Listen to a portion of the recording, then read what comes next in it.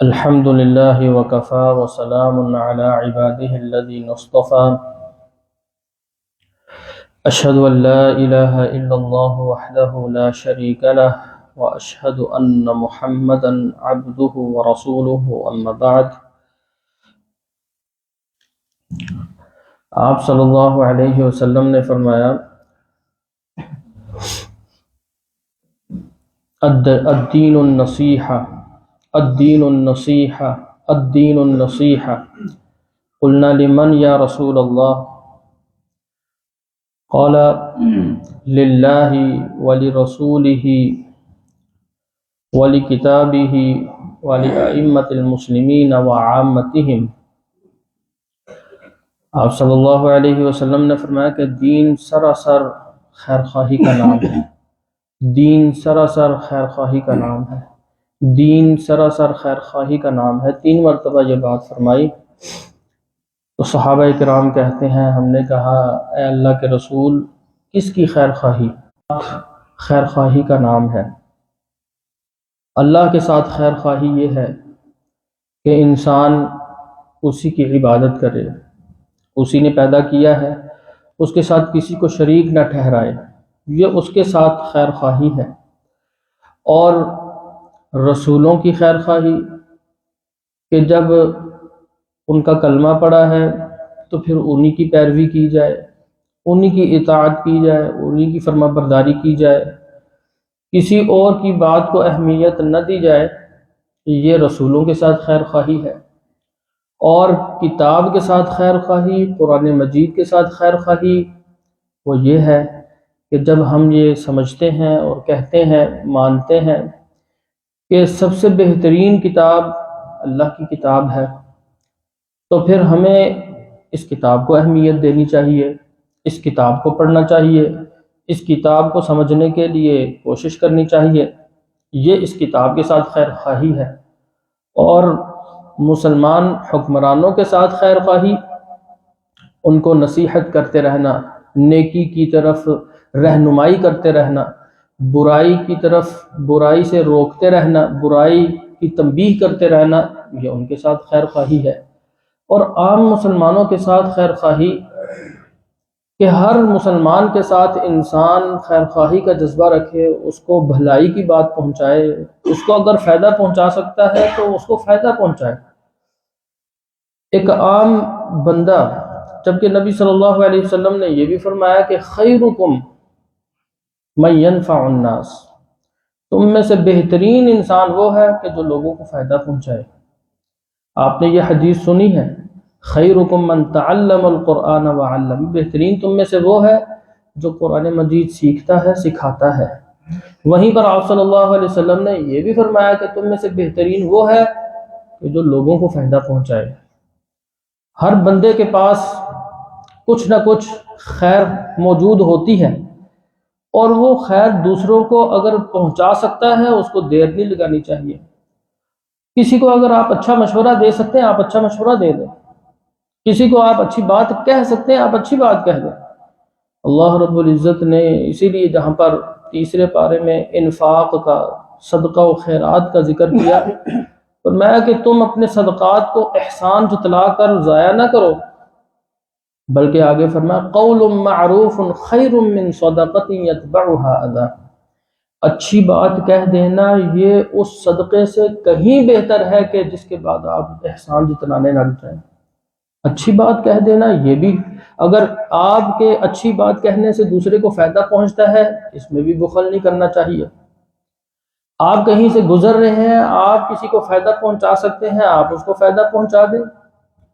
اللہ رب العزت کو یہ عمل اتنا پسند ہے، اتنا پسند ہے کہ قرآن مجید کے اندر اللہ رب العزت نے نبیوں کا ذکر کیا ہے، اور ایسے افراد کا بھی ذکر کیا ہے، نام نہیں لیا، نبی بھی نہیں تھے، لیکن ان کا کام یہ تھا کہ دوسروں کو فائدہ پہنچانے والے تھے۔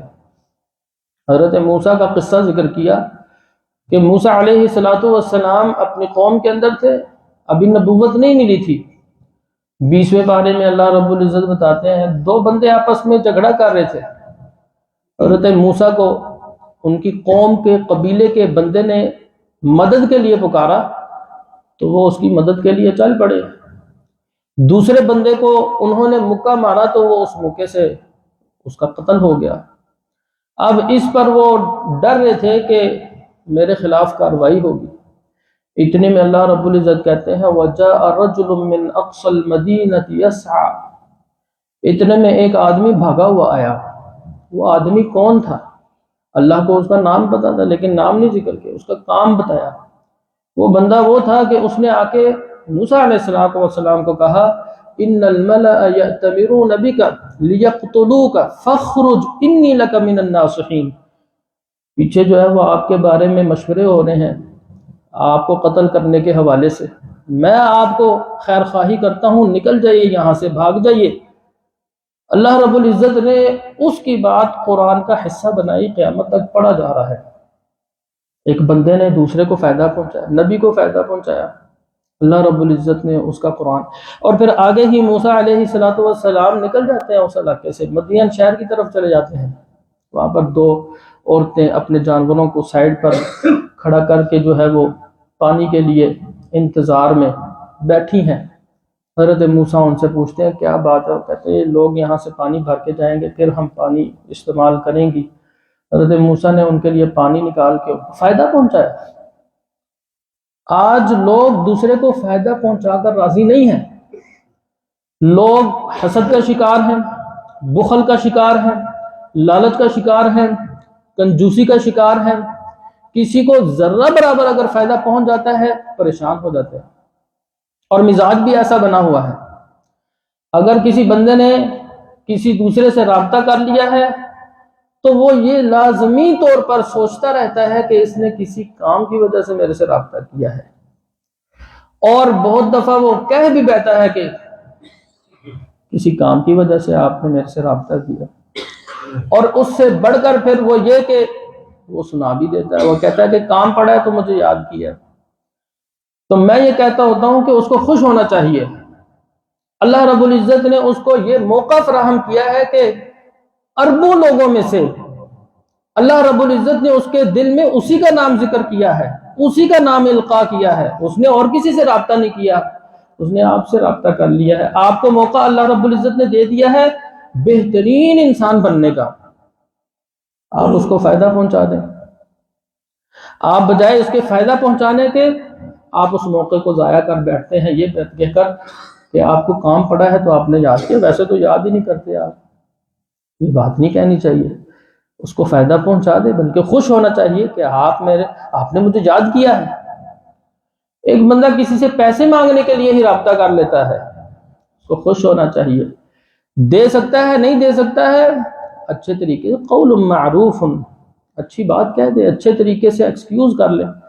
لیکن اس کو خوش ہونا چاہیے کہ اللہ نے اس کے دل کے اندر میری ہی طرف رہنمائی کی ہے، یہ میرے پاس آیا ہے، کسی اور کے پاس نہیں گیا ہے. اربوں لوگ ہیں اور کسی کے پاس بھی جا سکتا تھا. اگر میرے سے رابطہ کر لیا ہے تو مجھے اللہ نے بہترین بننے کا موقع دے دیا ہے. اسی لیے نبی صلی اللہ علیہ وسلم نے یہ بات فرمائی کہ مجھے یہ پسند ہے کہ میں کسی بندے کا اس کے ساتھ جا کر اس کا کام کر دوں، اس کی حاجت پوری کر دوں.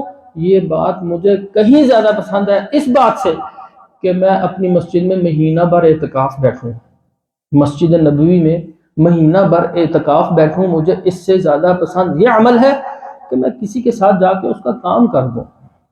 لوگ کسی کے ساتھ جانا تو دور کی بات ہے، زبان سے دو الفاظ بول دینے سے اگر کسی کا کام ہو جائے تو وہ لوگ یہ بھی تعاون کرنے کے لیے راضی نہیں ہوتے. جبکہ آپ صلی اللہ علیہ وسلم کے پاس مختلف لوگ آتے تھے، اپنا مسئلہ لے کر آیا کوئی نہ کوئی. اب آپ صلی اللہ علیہ وسلم ہر کسی کو نہیں جانتے، ہر کسی کی ضرورت کو نہیں پہچانتے، کسی کی جینوین ضرورت ہے. آپ صلی اللہ علیہ وسلم صحابہ کرام کو کہا کرتے تھے کہ تم سفارش کر دیا کرو. اب ایک بندے کو دوسرے کے بارے میں پتہ ہے کہ یہ واقعی جینوین اس کی جو ہے وہ مجبوری ہے، اس کا مسئلہ ہے، تو وہ اگر کہہ دے گا، دو بول دے گا کہ اللہ کے رسول اس کی ضرورت پوری کر دی، واقعی جو ہے وہ مجبور بندہ ہے، اس کی حاجت پوری کر دیجئے، اس کا واقعی مسئلہ ہے. آپ صلی اللہ علیہ وسلم نے فرمایا کہ فیصلہ تو وہی ہونا ہے جو اللہ رب العزت نے کرنا ہے اپنے نبی کی زبان سے، تمہارے کہنے سے تمہیں بھی اجر مل جائے گا، فیصلہ تو ہو جائے لیکن تمہارے کہنے سے تمہیں بھی اجر مل جائے گا۔ اللہ رب العزت نے رات ہم نے سورہ کہف پڑھی ہے، وہ کتے کا ذکر کیا ہے، اس کتے نے ان نوجوانوں کی حفاظت کی، فائدہ پہنچایا۔ اللہ رب العزت کے ہاں اگر فائدہ پہنچانے والا جانور بھی ہے تو وہ بڑا معزز ہے، اور اگر نقصان پہنچانا، فائدہ نہیں پہنچا رہا تو پھر انسان نہیں، وہ پھر ذلیل انسان ہے کہ وہ چونٹی کا ذکر کیا ہے۔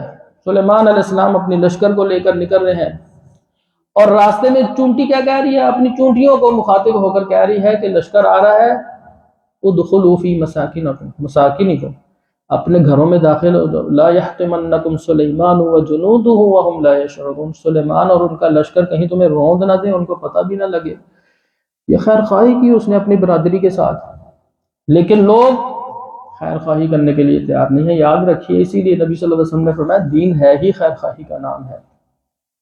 آپ صلی اللہ علیہ وسلم معراج پر گئے تو راستے میں حضرت جبریل نے آپ کو دودھ پیش کیا، شراب پیش کی کہ آپ ان دونوں میں سے کوئی ایک لے لیجئے، تو آپ صلی اللہ علیہ وسلم نے حضرت جبریل سے مشورہ پوچھا کہ آپ کیا مشورہ دیتے ہو؟ جبریل امین نے مشورہ دیا آپ دودھ کو اختیار کر لیں، دودھ لے دیجئے، خیر خواہی کی، رشتے سے، نبی کی خیر خواہی کی۔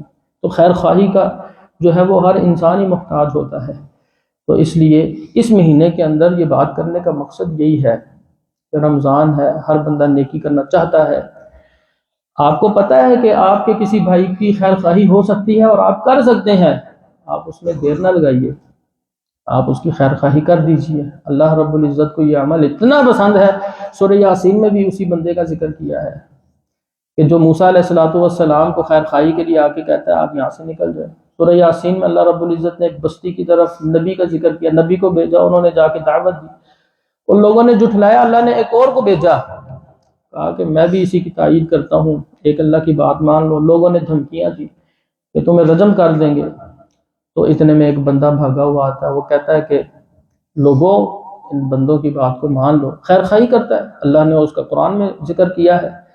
رات ہی ہم نے سورہ کہف میں پڑھا ہے، حضرت موسیٰ اور خضر دو نبی ہیں، اور ان دو نبیوں کی ڈیوٹی اللہ رب العزت نے یہ لگائی کہ یتیم بچوں کا جو خزانہ ہے وہ دیوار کے نیچے مدفون ہے، دیوار گرنے والی ہے، لہٰذا اس کی خیر خواہی کے لیے دو نبیوں کو منتخب کیا، جا کے خیر خواہی کر کے آؤ، ان کی دیوار کو درست کر دیا۔ خیر خواہی بڑا عظیم عمل ہے، اس لیے جو ہے وہ اپنی عادت بنائیے، اپنے رویے کو تبدیل کیجئے، لوگوں کو خیر پہنچا سکتے ہیں، خیر پہنچانے میں دیر نہ لگائیے۔ اللہ رب العزت ہم سب کو خیر خواہی والا بنائے۔ وآخر دعوانا الحمدللہ رب العالمین۔